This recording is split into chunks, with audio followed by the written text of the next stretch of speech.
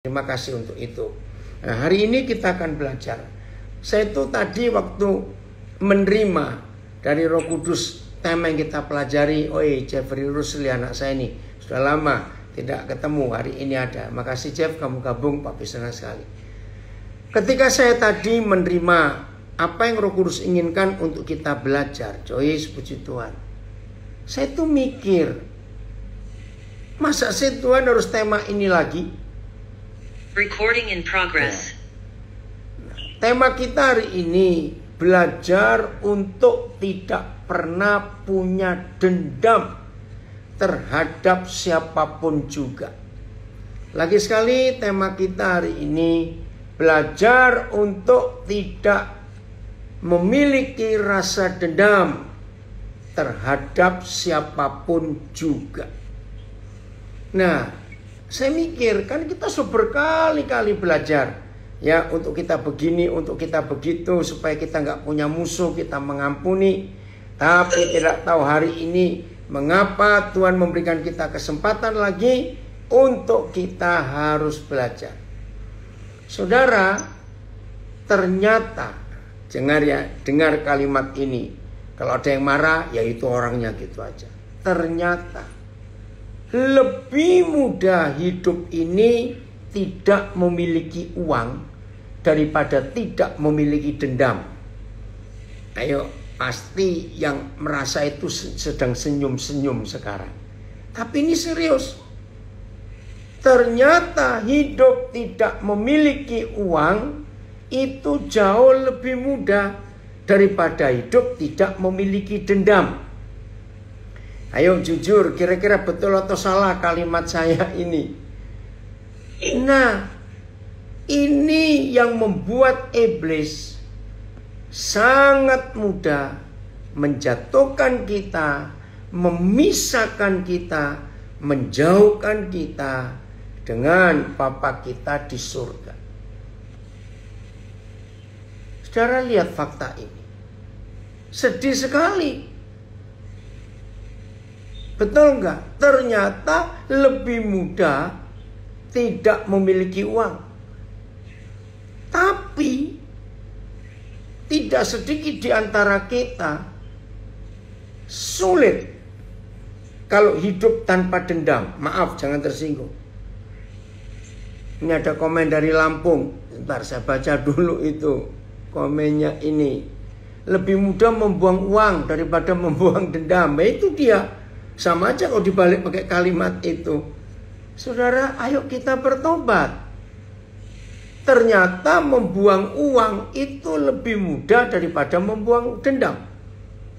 Kalau saya katakan tadi, ternyata lebih mudah hidup tidak punya uang, gak apa-apa. Tapi yang pendendam, rasanya sulit hidup tanpa mendendam, tanpa dendam pada siapapun. Maka itu hari ini kita harus belajar. Saudara, menurut firman Tuhan, dendam, ya, dengarkan, dendam itu jalan tol gratis ke neraka.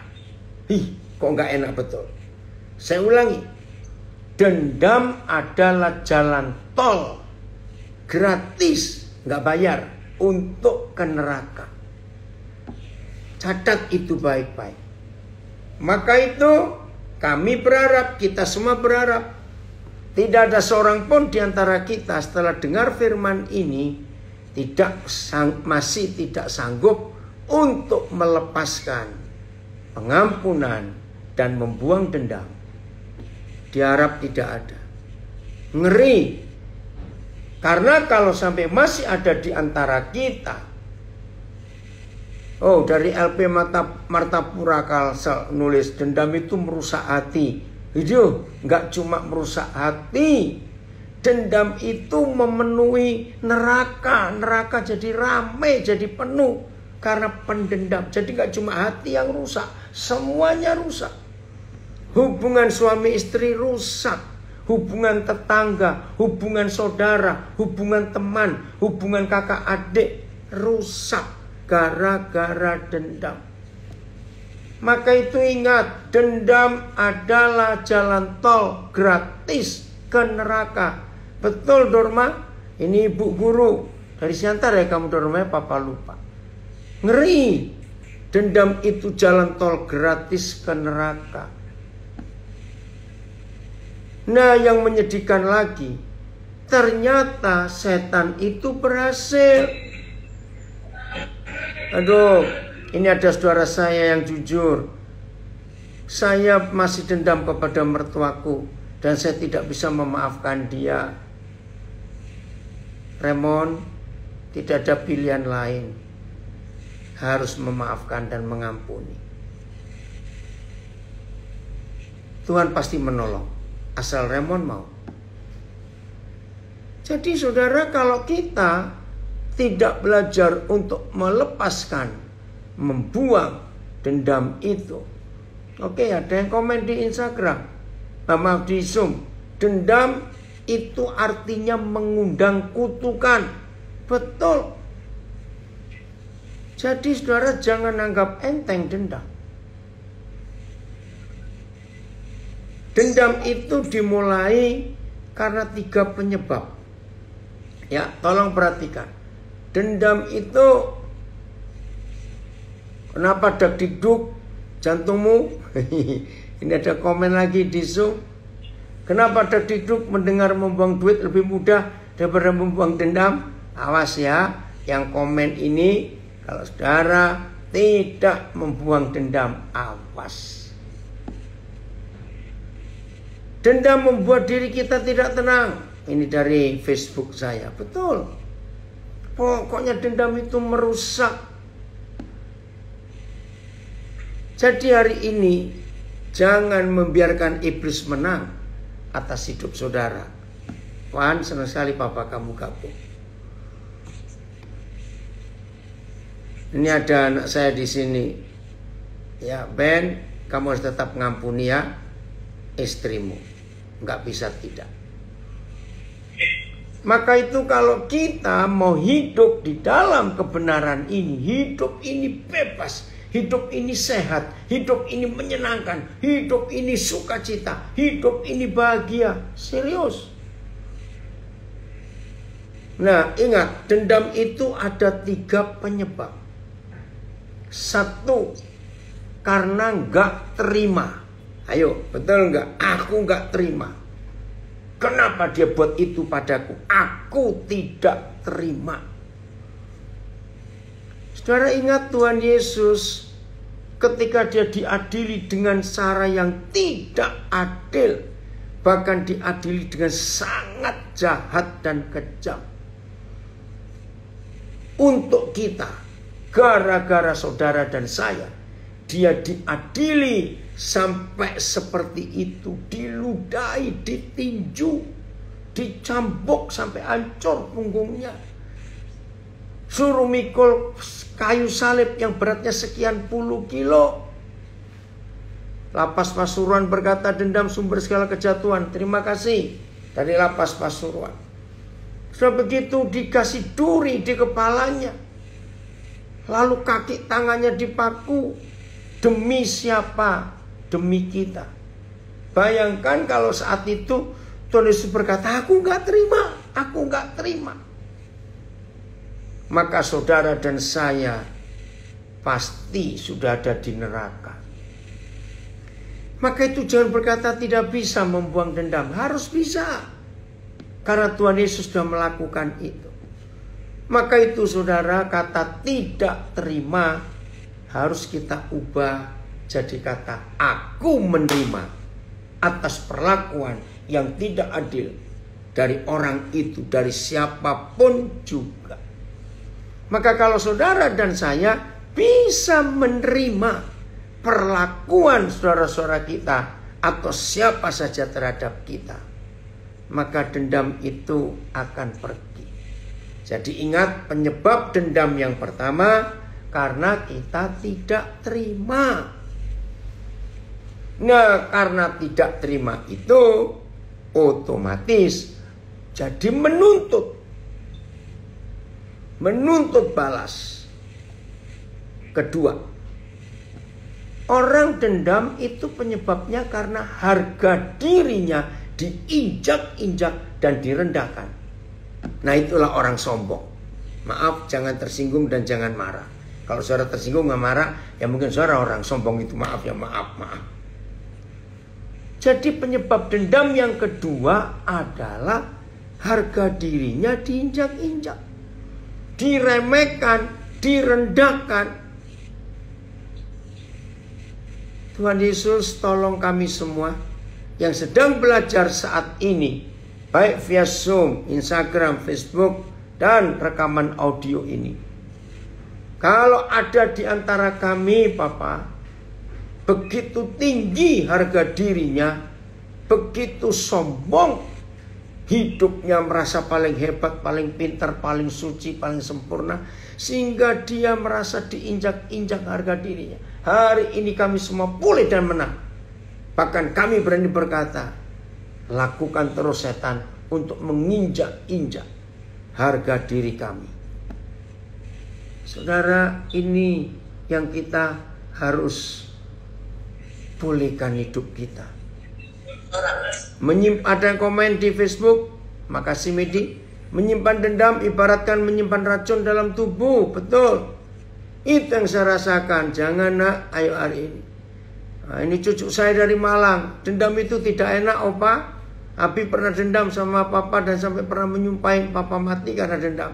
Setelah Papa meninggal, Abi malah sakit hati sama Tuhan dan dendam sama Tuhan. Tapi puji Tuhan, Tuhan baik. Abi dipanggil untuk belajar, untuk melayani Tuhan, dan Abi mengalami pemulihan.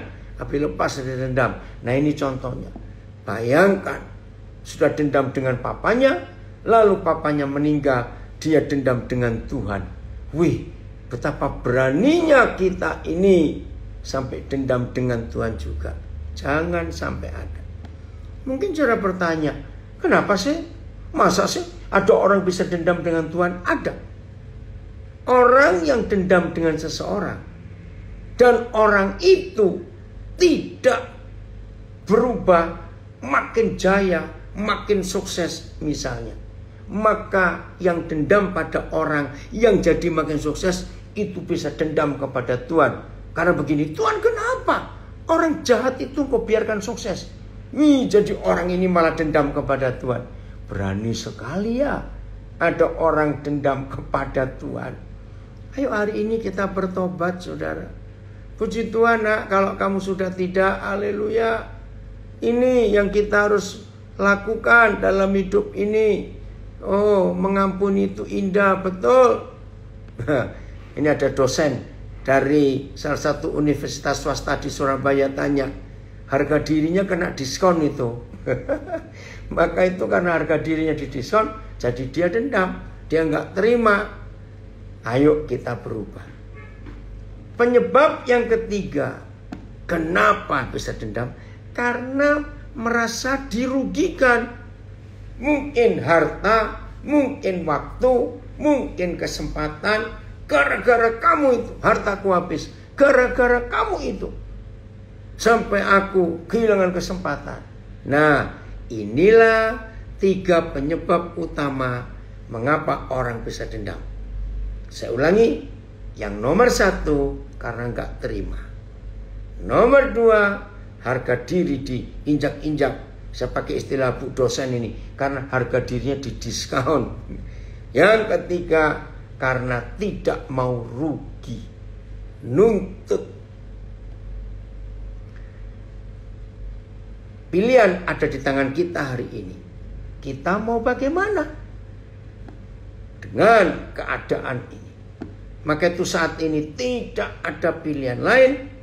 Kita harus membuang dendam dengan cara membiarkan kasih Tuhan Yesus yang dihancurkan karena kita, maka kasih itu bekerja di hidup kita. Dan kalau kasih Tuhan Yesus bekerja di hidup kita, saudara, hidup ini luar biasa indahnya, menyenangkan sekali, serius. Ya, jadi ini yang kita harus lakukan. Belajar dari hidup Yusuf. Kalau kita renungkan Yusuf itu, ya tadi beberapa saudara yang jujur, yang sudah komen, di Zoom, di Facebook, di Instagram, rasanya sulit membuang dendam karena seseorang, apalagi sampai dendam kepada Tuhan. Ayo hari ini kita belajar bahwa Tuhan sudah membebaskan kita. Ya Sarbe, terima kasih. Tuhan Yesus berkata, mengampuni itu 70 kali 7 kali. Bukan cuma 70 kali 7, tapi 70 kali 7 kali. Itu tadi ada yang kirim Matius 18 ayat 22. Betul. Oke ya. Jadi kalau saudara dan saya mau hidup seperti Yusuf, lihat loh, 3 kali Yusuf mengalami ketidakadilan yang sangat tidak adil. Sudah tidak adil, sangat tidak adil. Yang pertama, dia mengalami ketidakadilan dari kakak-kakaknya. Yusuf anak nomor 11, dikeroyok oleh 10 kakak lakinya. Nggak bisa bayangkan. Adik nomor 11 dikeroyok oleh 10 kakak lakinya. Bisa bayangkan. Tapi luar biasa Yusuf. Tidak membalas sama sekali. Tidak. Saudara belajar. Ada yang komen. Bagian kita mengampuni, bukan menghakimi. Betul, makasih. Baru Siregar ya. Maka itu dalam hidup ini, kalau kita betul-betul mengalami sikap dan hidup Yusuf, woi, setan yang kalah, bukan kita yang kalah. Yusuf itu diperlakukan tidak adil oleh 3 kelompok. Nomor 1 kakak-kakaknya. Masih ingat dibuang ke sumur, difitnah di depan bapaknya, adik kita mati dimakan binatang buas. Ini jubahnya terkoyak-koyak, padahal dicelupkan darah salah satu domba milik bapaknya. Yang kedua, Yusuf diperlakukan tidak adil oleh istri Potifar. Bayangkan, dia nggak berbuat salah, ya, dia nggak berbuat salah. Dia difitnah dengan keji. Ya, memang ada bukti, yaitu jubah Yusuf ketinggalan di kamar itu. Ya, semua orang, Potifar juga tahu. Berarti anak muda ini, budakku ini akan memperkosa istriku. Padahal yang narik jubahnya itu ya istri Potifar itu. Ngeri, saudara. Akhirnya Yusuf diperlakukan tidak adil. Dan dia dipenjara dengan begitu sadis. Hal ketiga yang membuat Yusuf harus makin terpuruk, yaitu pemerintah Mesir menjara dia di penjara bawah tanah. Dan lehernya dirantai dengan besi, kakinya dirantai dengan besi. Padahal dia nggak salah sama sekali. Penjaranya Yusuf adalah penjara berbentuk sumur karena tutupan. Jadi narapidananya yang dipenjara di tutupan itu berdiri, nggak bisa tidur, apalagi nggak bisa jongkok. Jadi jongkok aja nggak bisa, apalagi duduk dan tidur nggak bisa. Sudah di penjara berdiri, itu bisa bayangkan kakinya pasti bengkak, saudara. Jadi maaf, makan, minum, kencing, berak, berdiri. Dan kita nggak bisa bayangkan itu tanah, lantai penjara tutupan itu beceknya kayak apa. Dengan maaf ya, dengan kencing dan kotorannya sendiri. Ngeri sekali. Tapi lihat, dari 3 kali ketidakadilan yang Yusuf alami, sama sekali tidak ada kekecewaan dia kepada Tuhan. Maaf, saya pernah mengajar begini. Untung Yusuf itu bukan orang Indonesia. Nggak pasti kaget, saudara. Loh, apa hubungannya dengan orang Indonesia? Begini ya, maaf. di Indonesia itu ada hukum yaitu aji-aji mumpung. Ya, aji-aji mumpung. Mumpung ini mumpung. Nah, saudara, ayo ini pakai pikiran Indonesia, maafkan saya.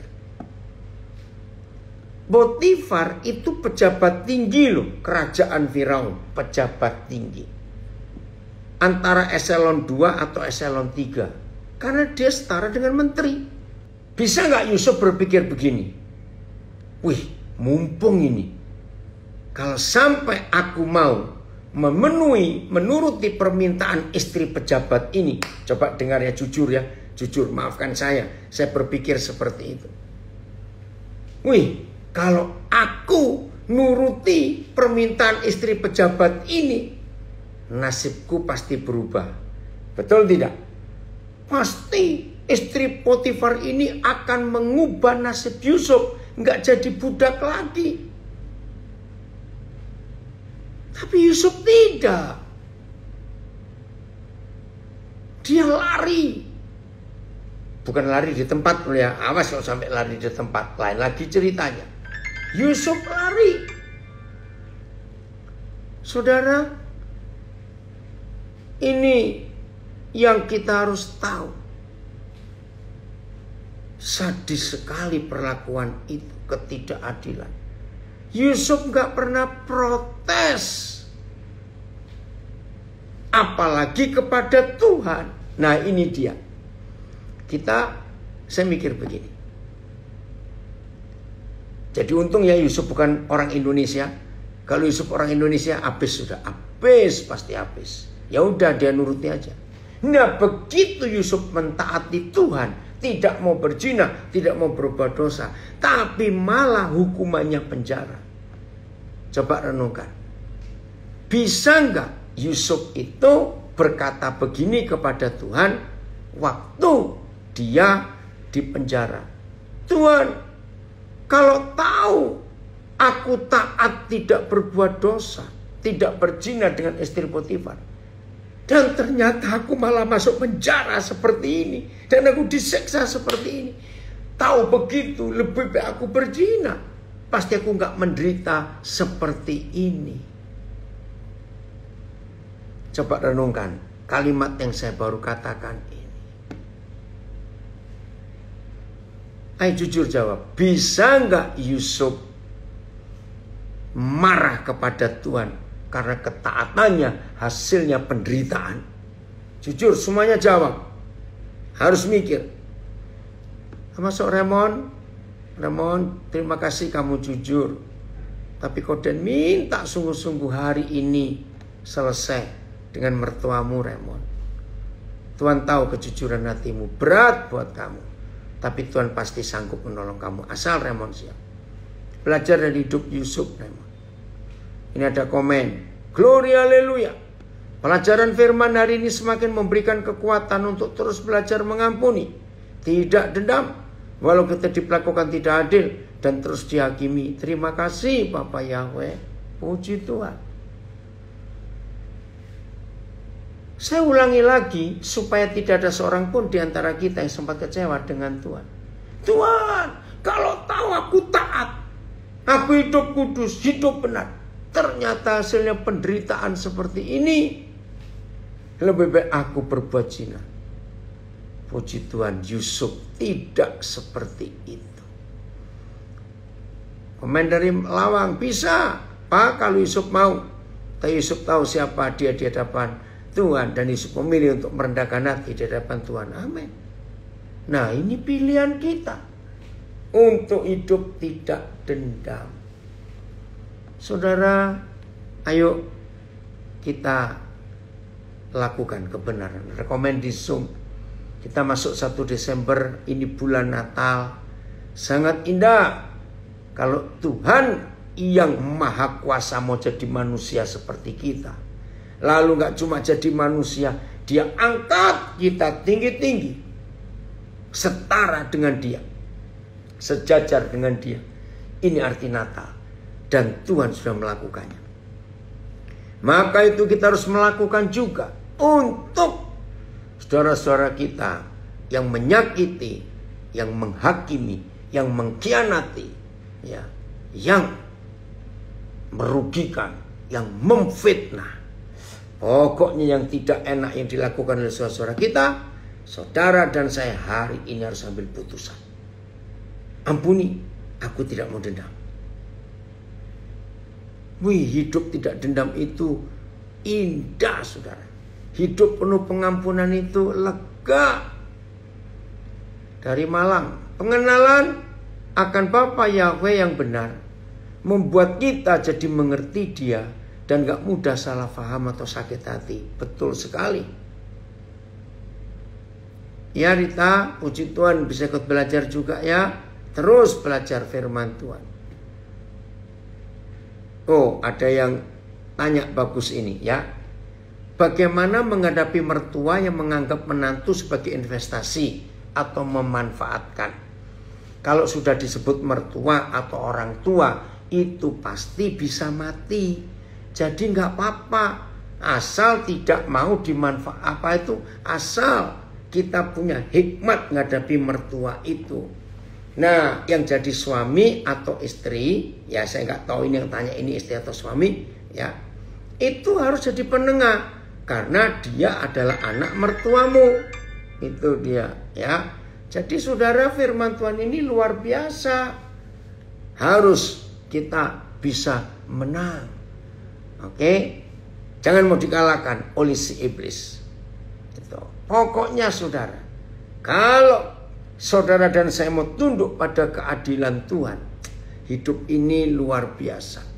Ya, betul seperti Paulus yang juga mengampuni semua orang walaupun dia menderita. Betul. Filipus, ayo kita buka ya. Roma pasal 12. Roma pasal 12. Ya Jo, ayo kita harus tahu sekarang itu penyebabnya. Kenapa Yusuf bisa menikmati ketidaknikmatan dengan senikmat-nikmatnya. Roma 12 mulai ayat 14. Roma 12 ayat mulai 13. Maaf ya. Bantulah dalam kekurangan orang-orang kudus dan usahakanlah dirimu untuk selalu memberi tumpangan. Nah, saya akan uraikan kalimat yang terakhir. Usahakanlah dirimu untuk selalu memberi tumpangan. Selalu, saudara, selalu. Hatimu, terima kasih Bapak. Usahakanlah dirimu untuk selalu memberikan tumpangan. Setelah saya merenungkan ayat ini, Roma 12 ayat 13. Saudara, ternyata jauh lebih mudah memberi tumpangan orang di rumah kita daripada di hati kita. Coba renungkan. Ternyata jauh lebih mudah memberi tumpangan di rumah kita daripada di hati kita. Oh, ini ada yang tanya, Pastor, gimana caranya menegur teman satu pelayanan yang selalu melukai hati orang lain dengan karakternya yang tidak bisa menjaga mulutnya? Ya udah, kalau dia nggak bisa ditegur, biarin. Lama-lama dia pasti nggak punya teman. Orang minggir semua dari dia. Pasti dia akan nyakitin orang. Kalau dia sudah ditegur tapi tidak mau. Itu jawaban saya. Mengapa saya berkata memberi tumpangan di dalam rumah kita lebih mudah daripada memberi tumpangan di hati kita? Dengarkan. Saya percaya di antara kita pernah terima tamu. Ya. Kita enggak tahu tamu ini kok bisa ada di rumah kita. Bisa juga karena teman titip toh ada, bukan saudara? Saya pernah ngalami itu juga, ya. Karena orang perlu, ya udah kami terima. Nah, saudara pernah menerima tamu, tapi tamu ini ampun joroknya luar biasa. Kencingnya aduh, di WC kita nggak karuan, nggak pernah bersih.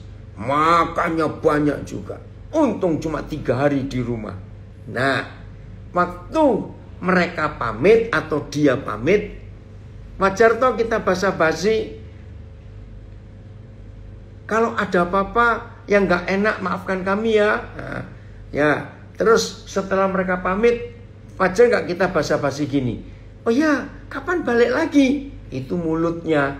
Tapi dalam hati bilang, awas kamu balik lagi. Nah, jadi menerima orang di rumah, memberi tumpangan orang di rumah itu jauh lebih mudah daripada menerima orang di dalam diri kita. Harus tulus. Harus tulus. Maka itu Roma 12 ayat 13. Saudara dan saya supaya bisa membuang dendam. Ya, supaya bisa membuang dendam. Maka saudara dan saya terima orang itu di hati kita. Tadi beberapa suara yang tanya tentang mertua ya. Ada 2 orang tanya mertua tentang siapapun juga. Saudara, untuk mengalahkan dendam, terimalah orang itu di hati kita. Harus bisa. Loh, enak sekali. Sama seperti Tuhan Yesus pun telah menerima kita. Ayo jujur. Mana lebih susah?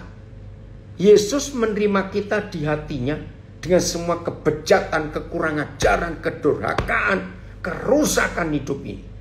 Daripada perbuatan seseorang itu terhadap kita.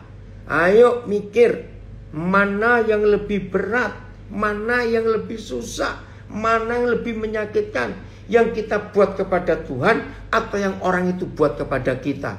Ini cara kita bisa membuang dendam. Kalau selalu mengingat aku sebajingan ini, aku serusak ini, aku sekotor ini, Tuhan Yesus menerima aku. Itu dia. Oh, ada yang komen, aduh ilustrasi itu pernah ngalamin. Sama, Senta. Maka itu Papa bisa berkata seperti ini. Dari Palu. Papi selalu ajarkan belajar mengampuni itu dari Yusuf. Yusuf tidak pernah dendam sedikit pun atau sakit hati kepada saudara-saudaranya yang sudah menjualnya. Betul. Ayo, maka itu tadi Yohana Papi itu mikir, kok belajar ini lagi ya Tuhan? Ya udah, saya harus ikut. Sakit hati karena sempat tidak menjaga hati. Betul, jangan sampai, Norma. Jelas ya? Jadi kalau saudara masih dendam, coba balik. Mana lebih sulit Tuhan Yesus menerima kita karena kita ini bajingan, penjahat, najis, kotor, durhaka. Maka itu orang sombong gak pernah ngakui kesalahannya. Susah dia.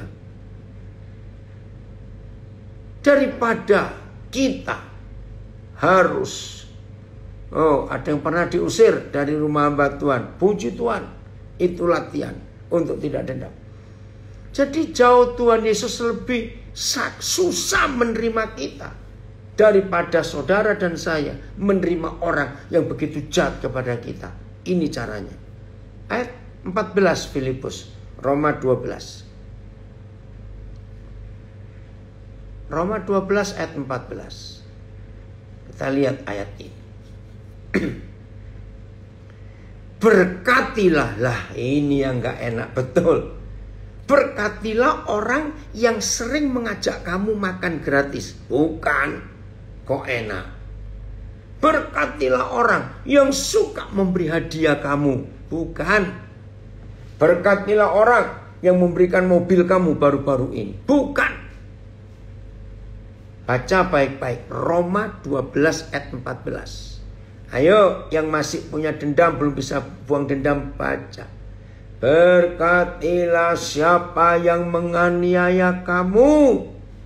Berkatilah, jangan mengutuk. Oh Tuhan, tolong kamu. Berkati, jangan ngutuk orang-orang yang menganiaya kita.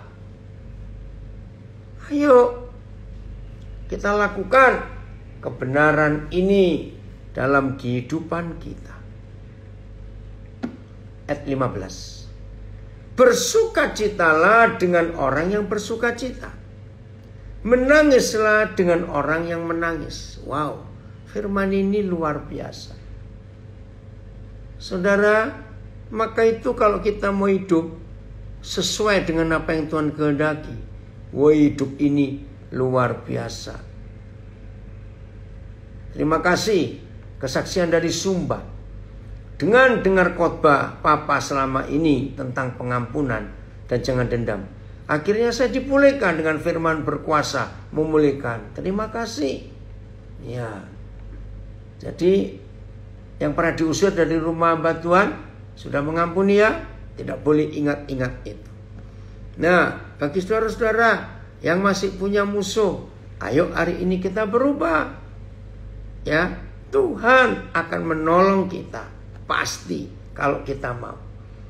Jadi kalau ada orang bersukacita, ikut bersukacita. Kalau ada orang yang menangis, ayo kita ikut merasakan beban hidupnya itu. Ada komen lagi, ketika kita masih menyimpan dendam, orang yang menyakiti kita sudah lupa, bahkan bisa menikmati hidup. Sementara kita malah tenggelam dalam dendam. Wih, ini orang paling goblok di antara yang paling goblok. Maaf, saya pakai kalimat kasar. Saya baca lagi ya. Ini komen bagus. Ketika kita masih menyimpan dendam pada seseorang, dan orang yang kita dendami itu, orang yang menyakiti kita itu sudah lupa atas apa yang dia buat terhadap kita. Bahkan orang itu bisa menikmati hidup yang luar biasa, bahagia, sukses.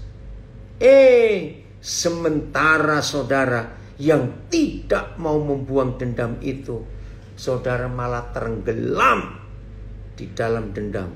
Terima kasih untuk komen bagus ini. Jadi betul saya berkata, orang seperti itu adalah orang yang paling goblok di antara yang paling goblok. Maafkan saya, kalimat ini tidak enak. Ayo kita berubah. Rugi, orang itu nggak apa-apa, sudah lupa juga. Kita yang setengah mati. Nah kan goblok bukan? Maaf. Ada yang tanya lagi, bagaimana kalau orang utang uang tapi ditagih nggak mau bayar, malah pura-pura lupa. Ya udah, ampuni saja. Dia akan tanggung risikonya. Ya tetap berkati. Dan lain kali jangan minjemi lagi. Udah itu aja. Ya nggak usah repot-repot hidup itu. Ya. Berapa kali kita utang Tuhan Yesus? Dia nggak nagih, bahkan dia nggak minta kita. Nah itu loh cara hidup yang benar itu. Lanjut. Filipus, masih Roma 12. Ayat yang ke-16.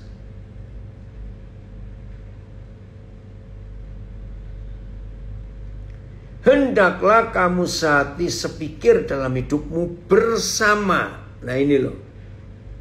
Ada yang tanya, anak saya dari Bali, gimana kalau gak dendam tapi gak mau ketemu? Itu masih dendam namanya. Kalau gak dendam itu ketemu juga boleh. Maka itu ajak makan. Kita yang bayar ya Ton. Awas kamu. Hendaklah kamu sehati sepikir dalam hidupmu bersama. Nah saudara, kalau kita mau sadar, hidup ini perlu kebersamaan. Sebab kita nggak bisa hidup sendiri tanpa saudara yang lain. Betul Jones, terima kasih komenmu. Mengampuni tanpa syarat. Itu dia.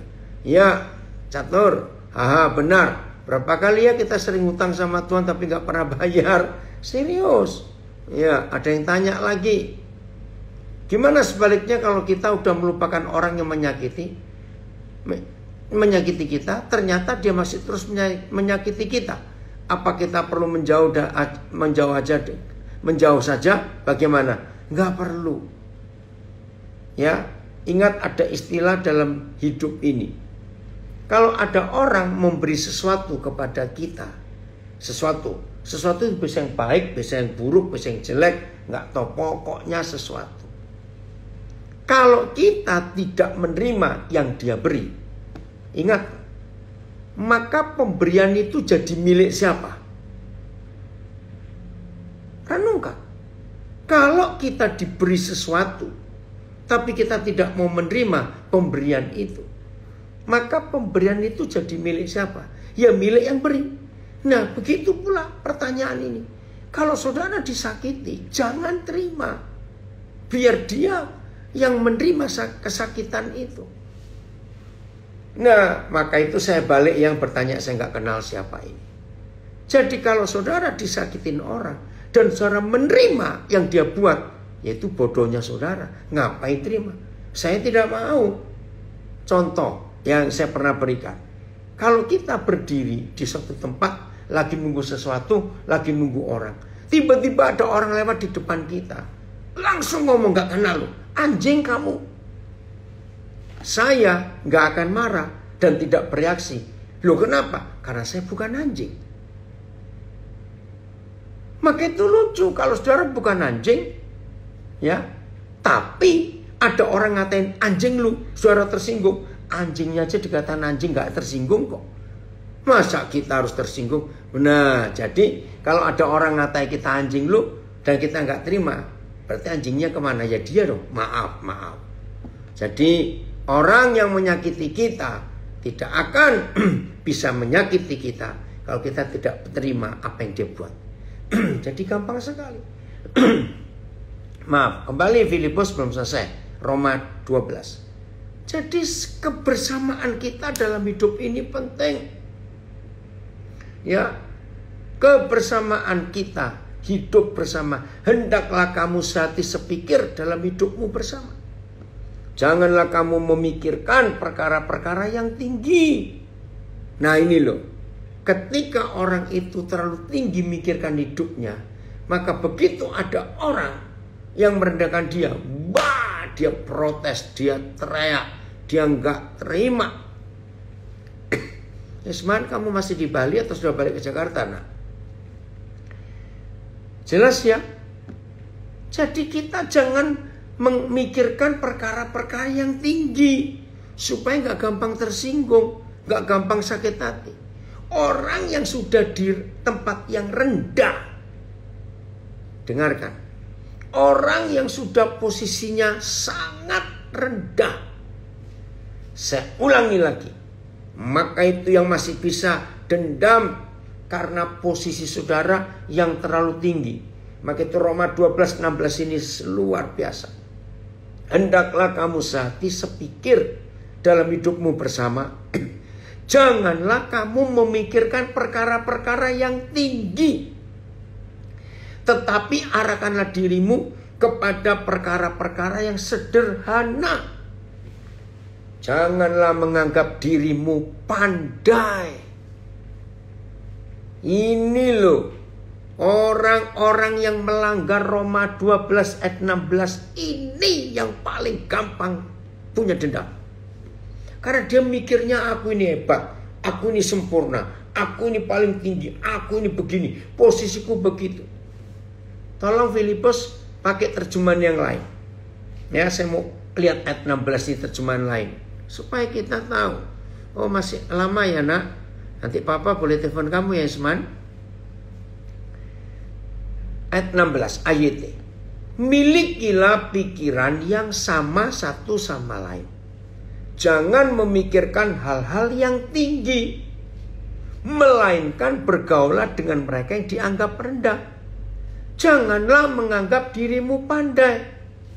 Terjemahan lama. Hendaklah kamu sehati seorang dengan yang lain. Janganlah mencita-cita perkara-perkara yang tinggi, melainkan tunduklah kepada yang rendah. Jangan bersangka dirimu pandai. Ini terjemahan lama. BS. Hiduplah rukun satu sama lain. Janganlah bersikap tinggi hati, tetapi sesuaikanlah dirimu dengan orang yang rendah kedudukannya. Jangan menganggap diri lebih pandai daripada yang sebenarnya. Nah, ini sombong. Jangan menganggap diri lebih pandai daripada yang sebenarnya siapa kita. Nah, orang yang menganggap dirinya lebih pandai daripada buktinya, itu orang yang paling gampang dendam. Karena dia paling gampang tersinggung. Ada komen. Kayak karakter setan, tinggi hati dan penuh dendam. Ya.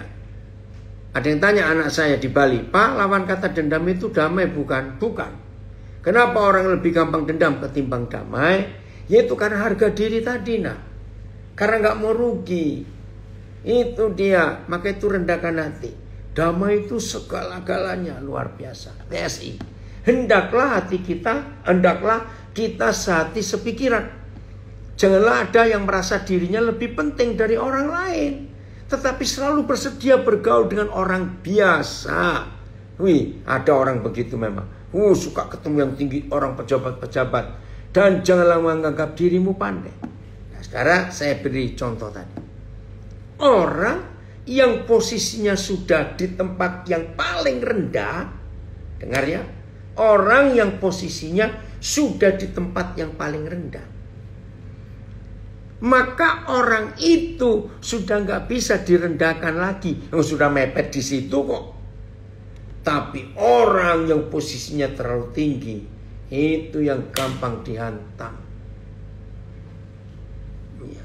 Jadi lawan kata dendam, mengampuni nak. Itu jadi kalau kita mengampuni, kita nggak akan dendam. Maka itu kalau ada di antara saudara menganggap dirimu terlalu pandai dari yang faktanya, saudara akan gampang tersinggung, gampang dendam. Tapi kalau kita kalau kita bisa merendahkan diri serendah-rendahnya, maka Tuhan akan meninggikan kita daripada kita yang meninggikan diri sendiri. Masih ingat berapa bulan yang lalu kita belajar iblis gak bisa jongkok? Maka itu kepada orang yang tinggi hati, iblis paling bersahabat. Karena posisi iblis juga sombong. Itu terjemahan ILT. Pikirkan hal yang sama seorang terhadap yang lain. Jangan memikirkan hal-hal yang tinggi. Sebaliknya bersepenanggunganlah bersama mereka yang rendah. Janganlah menjadi bijaksana hanya menurut ukuran dirimu sendiri. Puji Tuhan. Ayat berikut, ayat 17. Roma 12 ini.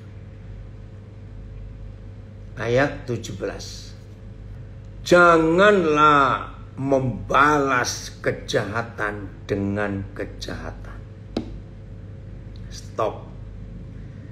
Orang dendam itu jahatnya luar biasa. Maaf ya, yang masih punya dendam, dengarkan. Orang pendendam itu jahat. Jahatnya di mana?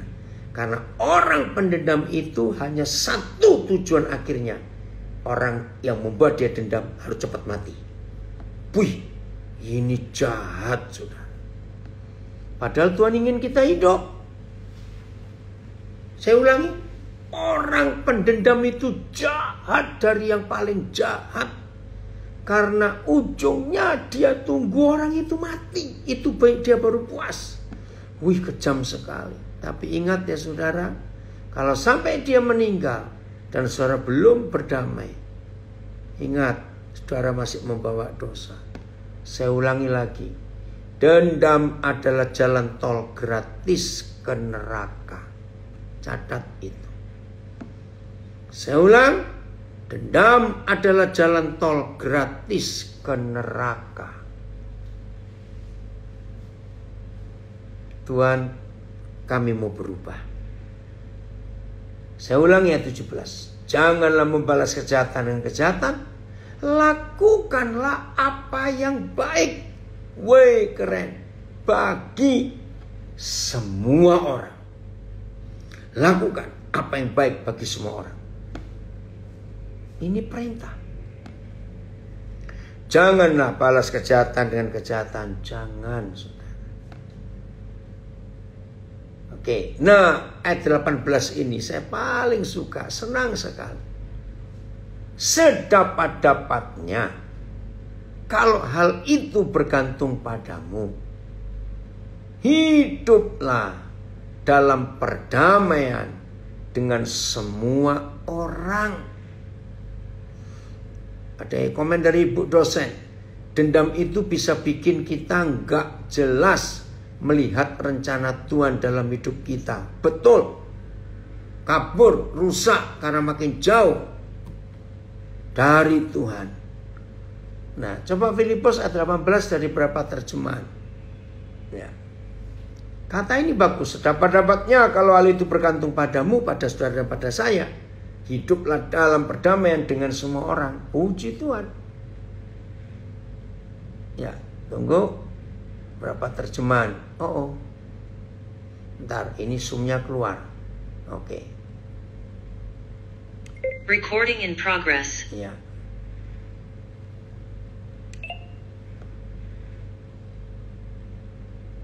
Tunggu. Makasih Filipus. Ayat jika mungkin, jika itu tergantung kepadamu. Hiduplah dalam damai dengan semua orang. Terjemahan lama, jikalau boleh, dengan seboleh-bolehnya daripada pihak kamu, hendaklah kamu berdamai dengan orang sekalian. Hebat.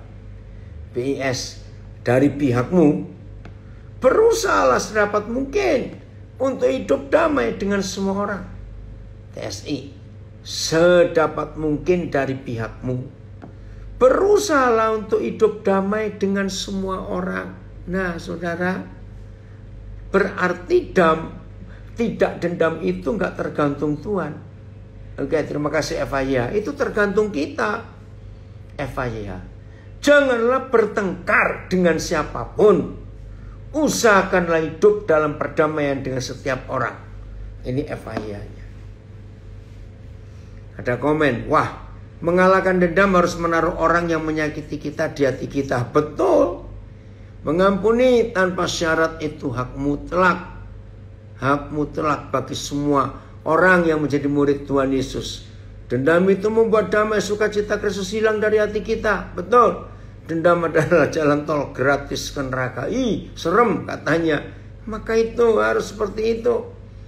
Oke, ada yang pertanyaan, Pak Pendeta, apalagi yang harus kita lakukan agar bisa hidup dalam perdamaian dengan orang yang tinggal bersama kita, tapi menjadi duri dalam daging di rumah kita? Justru harus berterima kasih pada orang seperti itu, karena Tuhan kirim dia untuk cepat proses kita sempurna jadi seperti Yesus. Jadi orang itu jangan diusir dari rumah kita. Ya tiap hari kalau ketemu senyum saja, biarin dia. Jadi nggak boleh kalah. Memang berat tinggal serumah tapi jadi duri. Itu. Saya cuma punya kalimat ini, jangan marah. Siapa sih yang nggak bisa mati di antara kita? Saya harap saudara mengerti ini. Siapapun kita pasti bisa mati. Oke ya. Jadi ayo kita hidup damai dengan semua orang sedapat-dapatnya. Kalau itu bergantung pada kita. Ayat berapa sekarang? 19 ya? Iya, 19 sekarang. Ayo, nggak ada pilihan lain. Saudara-saudaraku yang kekasih, woi, haleluya, dengarkan ini. Tolong, tadi saudara-saudara yang tanya, masih punya dendam pada mertua, ada 2 orang tadi, atau siapa saja yang nggak mau ketemu tapi nggak dendam, nggak bisa, itu masih dendam. Lihat firman ini, ayat 19, Roma 12. Saudara-saudaraku yang kekasih, janganlah kamu sendiri menuntut pembalasan. Jangan. Tetapi berilah tempat kepada murka Tuhan. Sebab ada tertulis, pembalasan itu adalah hakku. Akulah yang akan menuntut pembalasan. Firman Yahweh. Glory haleluya. Makasih Bapak Pendeta. Bapak Yahweh selalu memberiku kekuatan untuk melakukan kehendaknya pasti. Orang yang berpengalaman sulit untuk mau menerima nasihat orang lain yang lebih rendah. Itulah sombong. Jangan seperti itu. Ayat ini. Saudara-saudaraku yang kekasih, janganlah kamu sendiri membalas dendam, tetapi berilah tempat kepada murka Tuhan. Sebab ada tertulis, pembalasan adalah aku. Akulah yang akan membalasnya. Firman Yahweh. Tapi jangan nyuruh Tuhan cepat dong, Tuhan balaskan dendamku. Awas begitu. Walaupun ada ayat 19 di Roma 12, pembalasan adalah hak Tuhan, tapi saudara dan saya tidak punya hak nyuruh Tuhan cepat melakukan pembalasan itu. Itu sejahat sekali. Maaf ya, jangan nyuruh Tuhan untuk melakukan membalas dendam kita kepada orang itu. Tidak bisa. Biar Tuhan sendiri. Oh ELT ya, terima kasih. Janganlah kamu sendiri menuntut balas, hai yang terkasih, tetapi berilah tempat bagi murka. Sebab telah tertulis, punyakulah pembalasan, akulah yang akan membalas. Yahweh berfirman. Puji Tuhan untuk itu. Saudara, inilah Tuhan kita yang luar biasa. TL. Hai kekasihku, janganlah kamu sendiri membalas, melainkan berilah keluasan kepada kemurkaan. Karena adalah tersurat bahwa kepada akulah ada pembalasan. Aku ini akan membalaskan, kata firman Yahweh. PS, saudara-saudaraku, janganlah sekali-kali membalas dendam. Biarlah Tuhan yang menghukum. Sebab di dalam Alkitab tertulis, akulah yang membalas, aku yang akan menghukumnya, kata Yahweh. Terima kasih Bapak, terima kasih. Tapi ingat, jangan nyuruh Tuhan ya untuk balas dendam kita. Enggak. Saudara-saudari yang saya kasih, janganlah balas dendam kepada orang yang berbuat jahat kepadamu. Biar Tuhan saja sesuai dengan kemarahannya yang membalas kejahatan orang itu. Karena di dalam firman Yahweh tertulis, hanya aku yang berhak memberikan hukuman. Setiap orang yang melakukan kejahatan, akulah yang akan membalasnya. Terima kasih Ricky. Saya akan baca the message. Don't hit back. Discover beauty in everyone. Wah, keren sekali. Ya, saya terjemahkan. Jangan balas. Don't hit back. Tapi temukan keindahan dalam hidup setiap orang. Wow. Jadi kalau saudara dan saya bisa menemukan hal-hal indah, the beauty in everyone, maka kita nggak akan dendam karena kan terlihat baiknya. Jadi kalau ada orang, termasuk tadi yang tanya, kalau di rumah itu ada orang yang nyakitin, jadi duri. Termasuk tadi dua saudara yang belum bisa ngampuni mertua, maaf ya, ini terjemahan the message bagus. Coba temukan hal-hal yang indah di dalam hidup orang-orang yang karena mereka saudara dendam. Temukan keindahan. Wih, ini terjemahan luar biasa. Don't hit back. Discover beauty in everyone. If you have got it in you, kalau saudara telah menemukan hal-hal yang indah di hidup orang yang membuat saudara dendam, get along with everybody. Ayo kita berjalan akrab dengan setiap orang. Don't insist on getting even. Jangan ngotot untuk membalas. That's not for you to do. Itu bukan kerjaanmu, kata Tuhan. I'll do the judging. Aku yang akan melakukan penghakiman, says God. I will take care of it. Dan aku akan peduli dengan masalahmu. Terima kasih Ricky. Oh, bahasa Jawa. Terima kasih. Ojo males olo marang wong kang gawe piolo. Jangan membalas celaka kepada orang yang mencelakakan kamu. Podo nindakno opo kang becik tumrap wong kabeh. Ayo lakukan yang baik untuk semua orang. Ini bahasa Jawanya. Terima kasih Sarti. Jadi saudara lihat, ini hukum Tuhan. Terima kasih Bapak. Woi, betul. Aliong, amin. Benar. Oh, hidup nggak punya dendam itu enak sekali. Terima kasih Bapak. Ayat berikutnya. Ya. Ayat berikutnya kita lihat. Tetapi jika seterumu lapar, berilah dia makan. Jika ia haus, berilah dia minum. Dengan berbuat demikian, ya, dengan berbuat demikian kamu menumpukan bara api di atas kepalanya. Ya, sebaliknya, jika musuhmu lapar, berilah ia makan, dan jika musuhmu haus, berilah ia minum. Dengan melakukan ini kamu akan menumpuk bara api di atas kepalanya. TSI aja langsung. Tetapi hendaklah kita melakukan apa yang sesuai dengan ayat firman Yahweh ini. Kalau orang yang memusuhimu lapar, berilah dia makan. Kalau orang yang memusuhimu haus, berilah dia minum. Karena dengan cara itu kamu akan membuat dia menjadi malu. Ini TSI-nya. Terima kasih Tuhan. Ayat terakhir, ayat 21. Janganlah kamu kalah terhadap kejahatan, tetapi kalahkanlah kejahatan dengan kebaikan. Ore, haleluya. Jadi saudara dan saya diminta Ya, ini ada yang tanya, apa maksudnya taruh bara api di kepalanya? Membuat orang itu malu. Contoh begini loh, kalau ada orang merugikan saudara, tapi saudara tetap baik pada orang itu, ayo ajak makan. Orang itu akan malu betul, karena saudara nggak balas. Itu yang dilakukan Tuhan Yesus kepada Petrus. Setelah nyangkal 7 kali, begitu pertama kali ketemu, Tuhan Yesus sediakan sarapan. Ayo Petrus kamu makan. Aduh, Petrusnya kebingungan dengan itu. Ini ada bahasa Jawa, saya baca ya. Ayat 20-21. Nanging menawa mungsumu kaluwen, wene ana mangan. Yen ngelak wene ana ngombe. Sebab kanthi patrap mangkono iku kowe gawe wirange, membuat malu, wirang ya.